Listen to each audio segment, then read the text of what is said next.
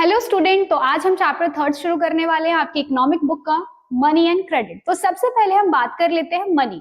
Money क्या है? Money है medium of exchange goods and services, जिसके द्वारा आप चीजों का लेन देन करते हो, चीजों को खरीदते हो या फिर बेचते हो।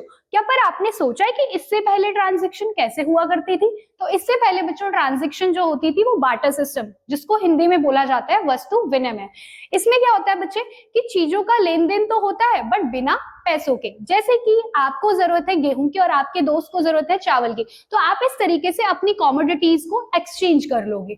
चलिए अब हम बात करते हैं क्रेडिट की। मनी तो हमने जान लिया, पर क्रेडिट क्या होता है? क्रेडिट क्या है कि भाई उधार देना। ऐसी सिचुएशन जिसमें कोई भी पर्सन उधार लेता है बट एक प्रॉमिस करता है कि वो उसको फ्यूचर में रिपे करेगा एक इंटरेस्ट के साथ। चलो हमने क्रेडिट भी खत्म कर लिया। चलिए अब हम पढ़ते हैं दो सोर्सेज ऑफ क्रेडिट। एक होता है फॉर्मल सोर्स और दूसरा होता है हमारा इनफॉर्मल सोर्स। अब इन दोनों में क्या बात है, देखिए ध्यान से सुनिए। फॉर्मल सोर्स जो होता है वो लीगल डॉक्यूमेंटेशन के थ्रू होता है, जिसमें आपको जो लोन है वो बैंक्स के थ्रू लेना पड़ता है या फिर कोऑपरेटिव सोसाइटीज के थ्रू लेना पड़ता है।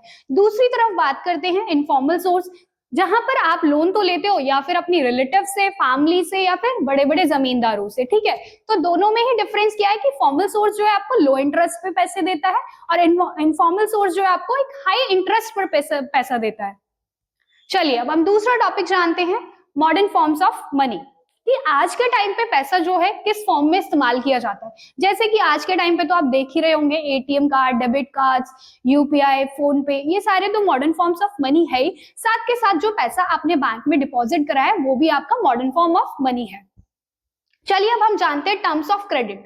टर्म्स ऑफ क्रेडिट क्या होते हैं कि जहां पर आप पैसा लोन पे जो दे रहे हो या फिर कोई भी बैंक या फिर कोई भी इनफॉर्मल सोर्स या फॉर्मल सोर्स, तो वहां पर कुछ टर्म्स एंड कंडीशंस होती हैं। सबसे पहली टर्म्स एंड कंडीशन होती है इंटरेस्ट रेट, कि जो पैसा दिया जा रहा है उसको आपने एक्स्ट्रा पे करना है, मतलब कुछ ब्याज के साथ आपको पैसा वापस करना है। दूसरी चीज होती है कोलेटरल। अभी कोलेटरल क्या होता है? कोलेटरल होती है सिक्योरिटी, एसेट्स, कि भाई आप पैसा तो ले रहे हो बट एक सिक्योरिटी के साथ, कि आपको या तो प्रॉपर्टी रखनी है या फिर अपने गोल्ड वगैरह रखना होता है। ठीक है, एक सिक्योरिटी के साथ।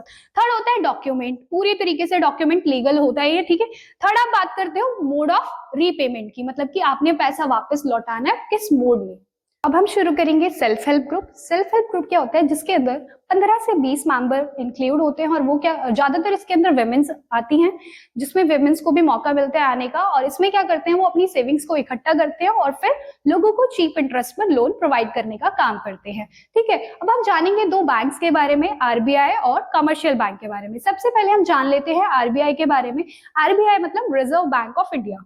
ठीक है, इसको कई बार फादर ऑफ बैंक्स के नाम से भी जाना जाता है, गवर्नमेंट्स बैंक के नाम से भी जाना जाता है, बैंक ऑफ बैंक्स के नाम से भी इसको जाना जाता है। इसमें ज्यादातर जो खाता या अकाउंट जो होता है वो सरकार का होता है। और इसके काम क्या होते हैं, फंक्शन क्या होते हैं? इसका काम होता है करेंसी को इशू करना, पैसे छापने का काम। दूसरा, मार्केट के अंदर पैसे को सप्लाई करने का काम। तीसरा, कमर्शियल बैंक को सुपरवाइज करने का, मतलब कि रेपो रेट, रिजर्व रेट को डिक्लेयर करने का काम भी किसका होता है? आरबीआई का। अब हम बात कर लेते हैं कमर्शियल बैंक की। कमर्शियल बैंक क्या होते हैं? पीपल्स बैंक, मतलब कि पब्लिक का बैंक जो होता है, जिसमें आप अपने अकाउंट खुलवाते हो, ये बेसिकली ये वाला बैंक। Thank you.